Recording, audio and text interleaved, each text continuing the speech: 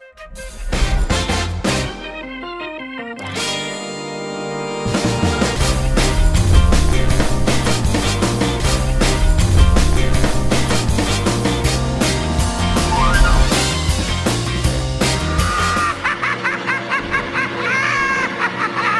all like to consider ourselves to be rather rare.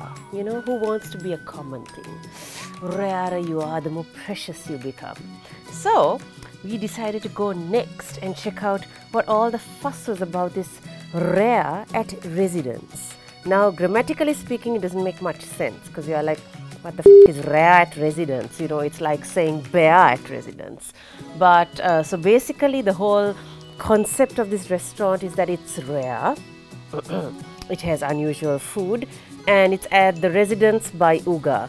So that is where we headed over to next to check out what's so rare and special about this rather interesting fine dining restaurant in Colombo.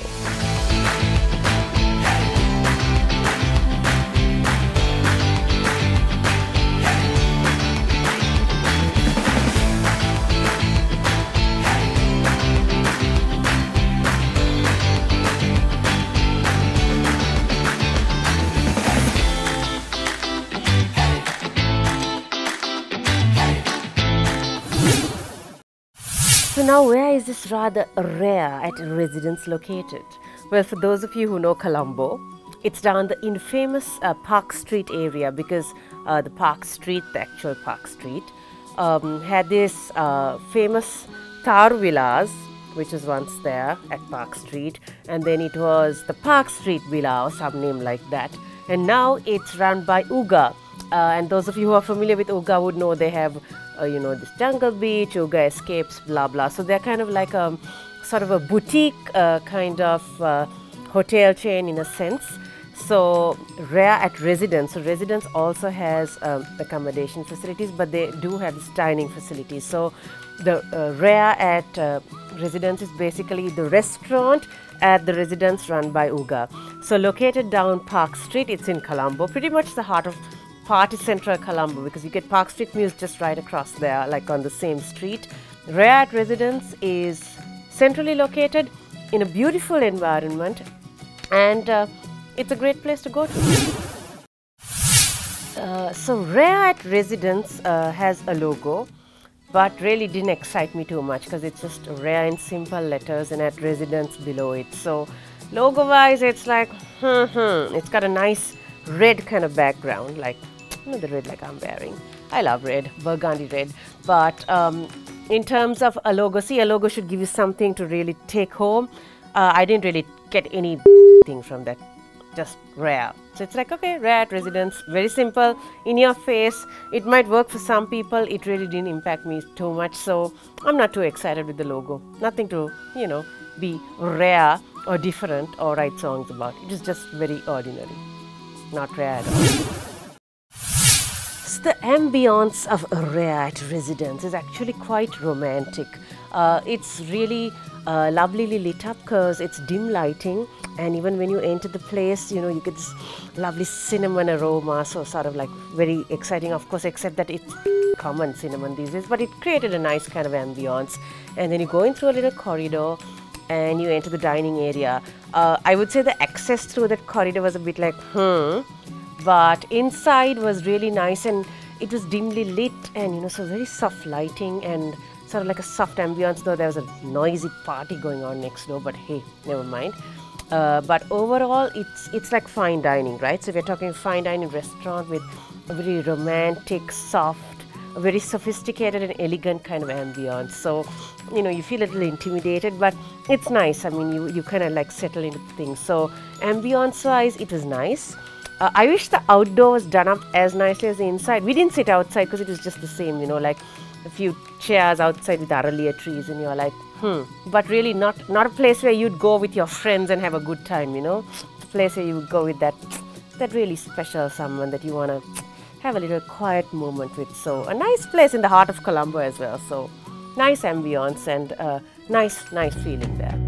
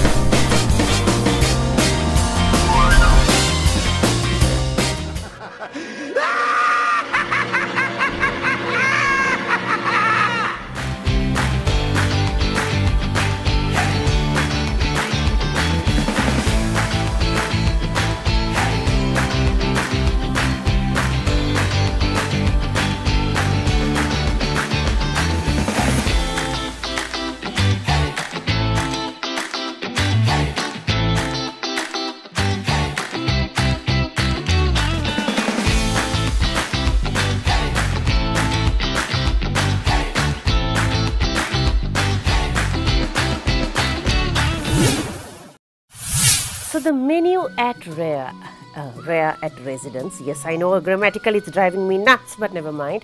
The menu was quite concise.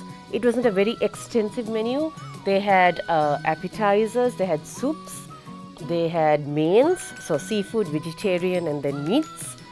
And then they had side dishes and sweets, basically for your sweet tooth. And they had coffees, alcoholic coffees. That's what was good about it. But overall, in terms of menu, so they spoke of in the introduction how they had created this menu, you know, fusing local cuisine and from sustainably sourced ingredients from different parts of the country, which is great. I mean, great for UGA and great for Rare if they're doing things like that. I have no idea how true that is or not.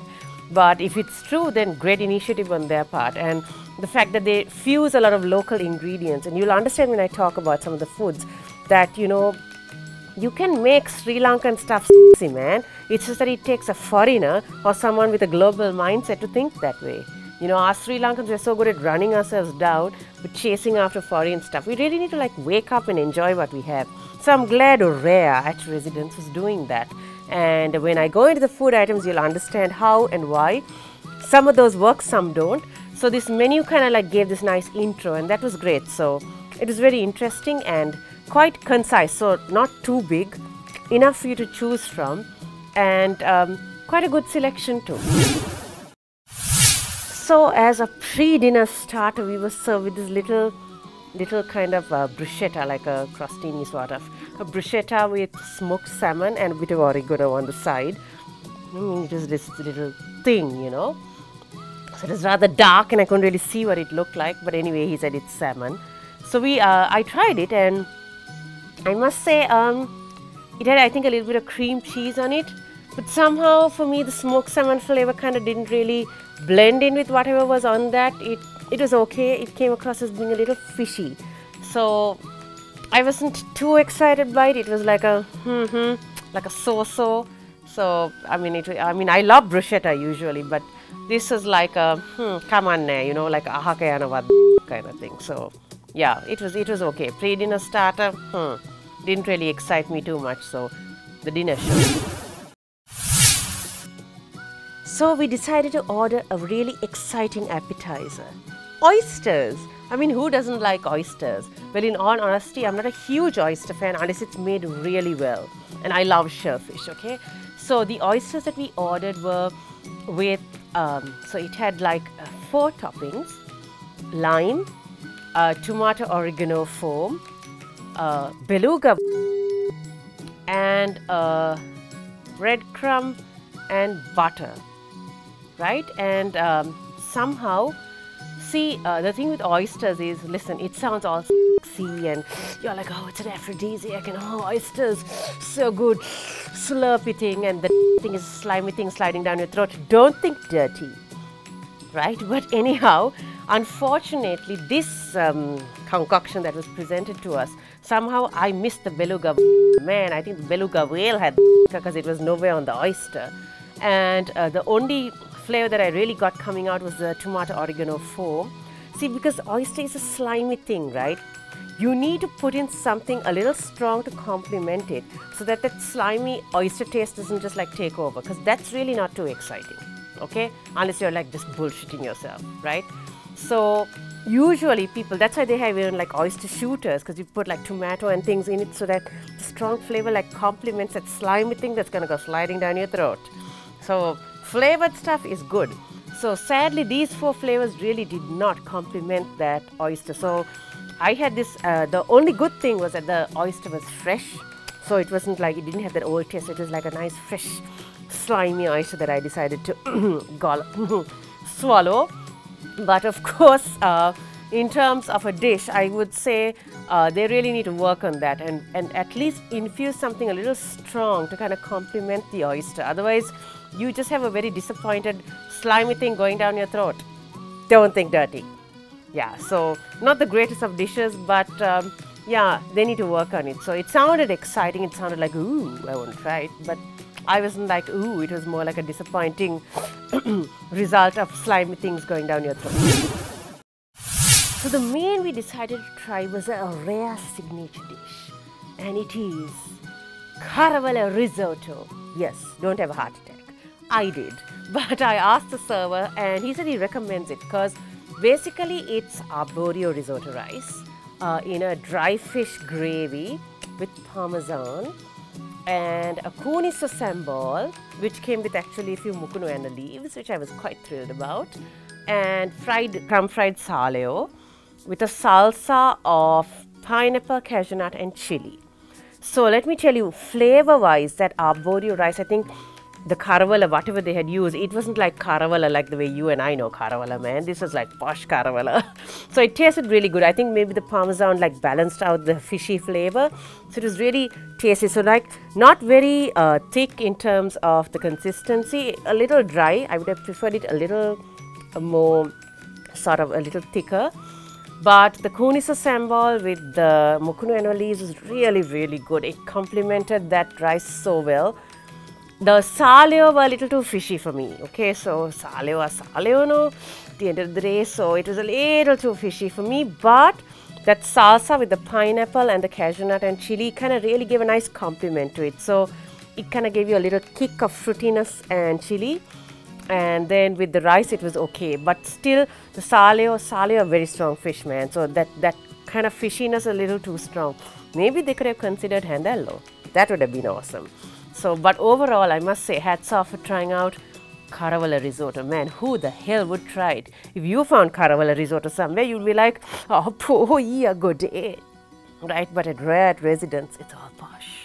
So, but no, seriously, do try it. It was really good. And I must say, I love the flavors coming out, except for the saleo, but that's my personal preference. So, a really interesting dish. And kudos to them for trying out something Sri Lankan with a very Italian thing, risotto and caravella. Who would have thought?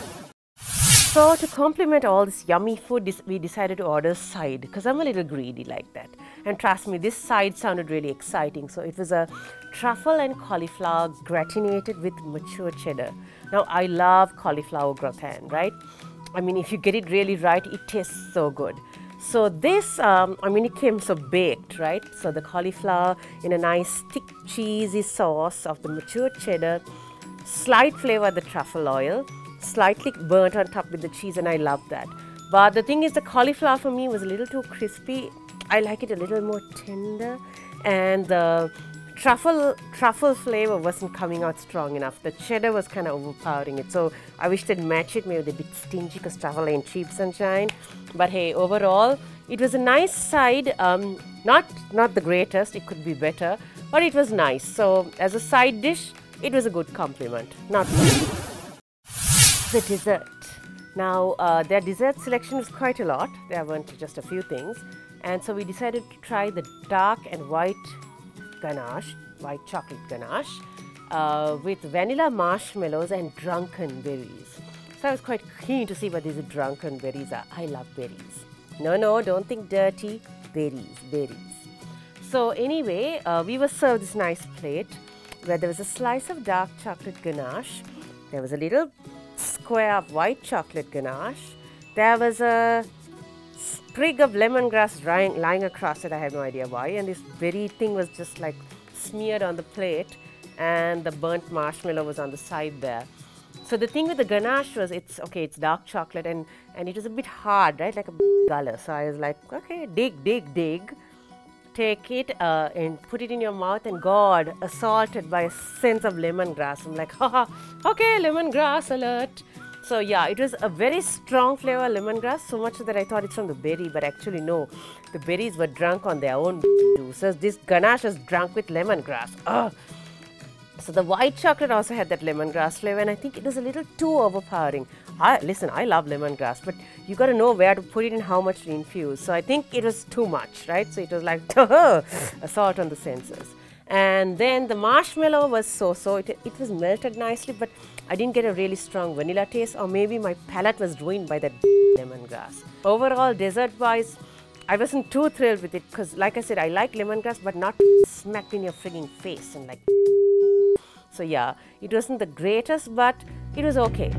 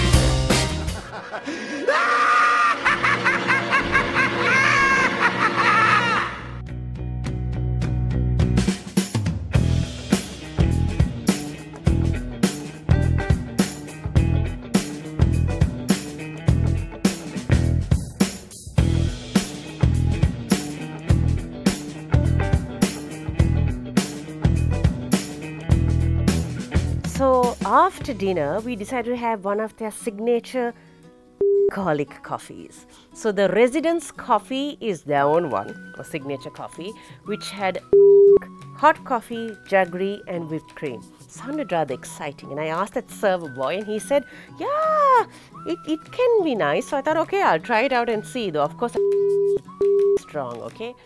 So anyway, this nice coffee glass came with this concoction inside, and when I tried it, it is okay. You could get the strong alcohol flavor coming in, but not too much, right? It wasn't an assault on my senses. But the cream, I think, had kind of like separated, and you could see a little bits floating on top, and it was a little thin. I wish the coffee was a little thicker, not you know, kitty thick, yuck, no. But a little thick. When you say like you're putting cream in there, you'd expect some kind of like, you know, slight thickness to it. So I think there's something missing in there. It wasn't bad, it didn't hit me, it didn't kill me. But flavor-wise, I think it could have done a bit more. So overall, it was okay, but not the great. So the service at Rhea was actually quite good. So the servers were kind of like fluttering around us like butterflies at times. You know, it can be a little annoying at times, but not in an annoying way. I must say, I must be fair. They were quite pleasant, and they were eager to serve. And when the food came, it came pretty fast. Actually, we didn't have to wait too long, and we kind of like were able to engage with them, ask them stuff, and they were quite nice overall, and they kind of let us be as well. I guess they're used to people coming there and having their own privacy. So overall, the service was good and friendly staff. They knew what they were doing, and the food was served quite efficiently, and they were attentive, gave us what we wanted. So I would say good service at Rhea. So the price as at Rhea at Residence were not rare prices, they were quite common. So overall, it wasn't bad. I would say it's a little pricey, but not exorbitant, right? You didn't feel like you were selling your soul there. So, and in terms of the food, it is quite value for money in terms of what they served. So I would say price-wise, it's good. It's not cheap, it's not value for money in that sense, but it's not exorbitant either. So it's a manageable price.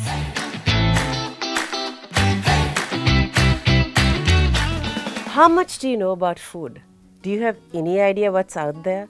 Do you really want to know what's really good and really bad without listening to all these bullshit reviews? Then follow me as I check out all the latest places and the best hotspots of Colombo as they give you all the good food and I give you the honest opinion about them. So stay tuned and keep following.